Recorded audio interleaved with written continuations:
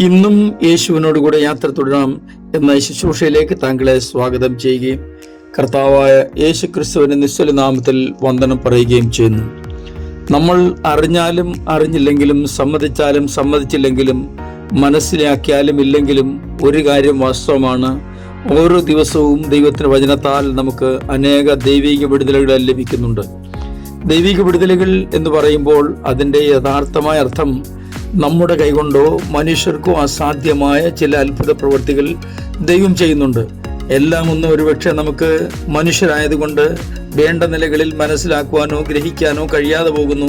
അതുകൊണ്ടാണ് ഇത് ഞാൻ ഈ പറയാൻ പോകുന്നതും പറഞ്ഞു കഴിഞ്ഞതുമായ കാര്യങ്ങൾ ചിലർക്കെങ്കിലും സംശയം ജനിപ്പിക്കാനുള്ള കാരണം.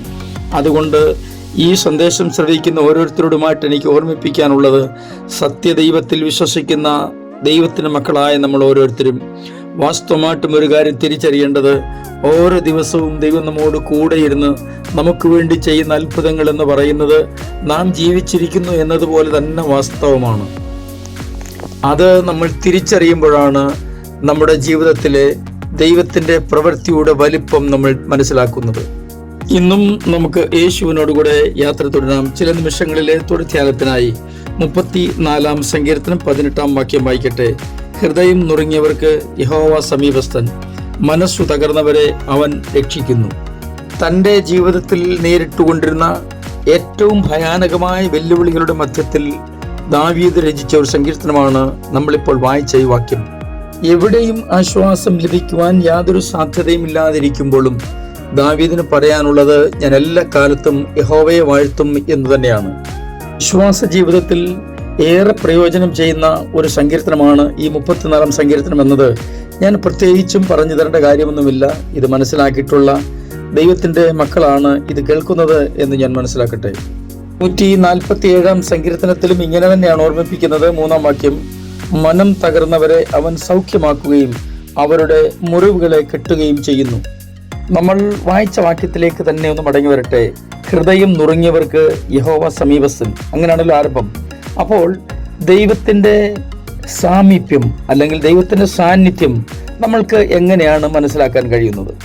ഒരു കുടുംബം അവരുടെ അനുഭവ സാക്ഷ്യം ഇങ്ങനെ വിവരിച്ചിരിക്കുന്നത് ഞാൻ വായിപ്പാനിടയായി.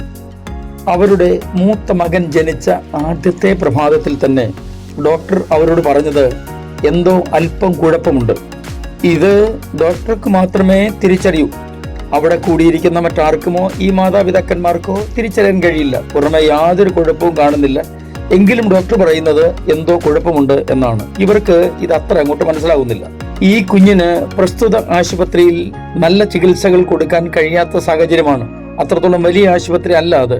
അതുകൊണ്ട് ഡോക്ടർ നിർദ്ദേശിച്ചത് ദൂരെയുള്ള ഒരു ആശുപത്രി, ഏകദേശം 700 കിലോമീറ്ററിൽ അധികം, 700 മൈൽ എന്നാണ് എഴുതിയിരിക്കുന്നത്. നമ്മുടെ സാധാരണ ഭാഷ അനുസരിച്ച് കിലോമീറ്റർ എന്നങ്ങ് പറഞ്ഞുപോയി എന്നേ ഉള്ളൂ.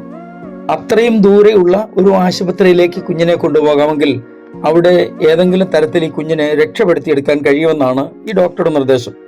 ഏതൊരു മനുഷ്യനെയും പെട്ടെന്ന് പിടിച്ചു നിർത്തുന്ന ഒരു ആലോചന ലഭിക്കുന്നത് ഇങ്ങനെയുള്ള സാഹചര്യത്തിലാണ്. പ്രത്യേകിച്ചും സ്വന്തം മകൻ, സ്വന്തം മകൾ, അങ്ങനെയുള്ള ബന്ധങ്ങൾക്ക് എന്തെങ്കിലും തകരാറുണ്ടാകുന്നു എന്ന് പറയുമ്പോൾ ഏത് മനുഷ്യനാണ് വ്യത്യാസം ഉണ്ടാകാത്തത്? എന്തെങ്കിലും സാധാരണ പ്രശ്നങ്ങൾ ഉണ്ടാകുമ്പോൾ കൂടുതൽ ആശ്വാസവാക്കുകൾ പറയുന്നതും എല്ലാ കാര്യങ്ങൾക്കും മുൻകൈ എടുക്കുന്നതും ആ സഹോദരിയായിരുന്നു, അല്ലെങ്കിൽ ആ കുഞ്ഞിൻ്റെ അമ്മയായിരുന്നു. ആ പിതാവ് അധികം സംസാരിക്കാത്തയാളും ശാന്തശീലനുമാണ്. ഈ മാതാവ് ചില ചോദ്യങ്ങൾ സ്വയം ചോദിക്കാൻ തുടങ്ങി. സ്നേഹവാനായ ഒരു ദൈവത്തിന് ഇങ്ങനെയൊക്കെ ചെയ്യാൻ കഴിയുമോ? ഒരു കുഞ്ഞിനെ ദാനം തന്നിട്ട് ആ കുഞ്ഞിന് വേണ്ടത്ര ആരോഗ്യം നൽകാതെ ഇരിക്കുക എന്ന് പറയുന്നത് എത്രയോ ഹൃദയ വേദനാജനകമായ കാര്യമാണ്. അവൻ നിങ്ങൾക്കായി കരുതും എന്ന് പറഞ്ഞിട്ട് ഞങ്ങൾക്ക് വേണ്ടിയുള്ള ഈ കരുതൽ ഇങ്ങനെയായിരുന്നോ ദൈവം ചെയ്തത്? ഇങ്ങനെയുള്ള അനേക ചോദ്യങ്ങൾ അവരുടെ മനസ്സിലേക്ക് ഓടിയെത്തിയവരുടെ വിശ്വാസത്തെ തന്നെ ഉലച്ചു കളഞ്ഞപ്പോൾ അവരുടെ ഭർത്താവ്, ഞാൻ ആദ്യം ഓർപ്പിച്ചല്ലോ, ശാന്തശീലനും അധികം സംസാരിക്കത്തവനുമായ ആ മനുഷ്യൻ ഓടി വന്നിട്ട് ഇങ്ങനെ പറഞ്ഞു, ഡോക്ടർ പറഞ്ഞിരിക്കുന്ന ഈ വാർത്ത കേട്ട് നമുക്ക് അധികം പരിഭ്രമിക്കേണ്ട കാര്യമില്ല. 700 മൈൽ അപ്പുറത്തുള്ള ആശുപത്രിയിലേക്ക് പോകേണ്ട കാര്യമില്ല. ആദ്യം നമുക്ക് പ്രാർത്ഥിക്കാം, കരങ്ങളെ കോർത്തു പിടിച്ച് നമ്മുടെ കുഞ്ഞിനു വേണ്ടി. തുടർന്ന് അവർ ഇങ്ങനെ പ്രാർത്ഥിച്ചു, പിതാവേ, ഞങ്ങൾക്ക് ഈ പൈതലിനെ തന്നതിന് നന്ദി. ദൈവമേ, അവൻ നിന്റേതാണ്, ഞങ്ങളുടേതല്ല എന്ന് ഞങ്ങൾ സമ്മതിക്കുന്നു. ഞങ്ങൾ അവനെ അറിയുന്നതിന് മുമ്പ് നീ അവനെ അറിഞ്ഞു, അവനെ സ്നേഹിച്ചു, അതിനായിട്ടും സ്തോത്രം ചെയ്യുന്നു.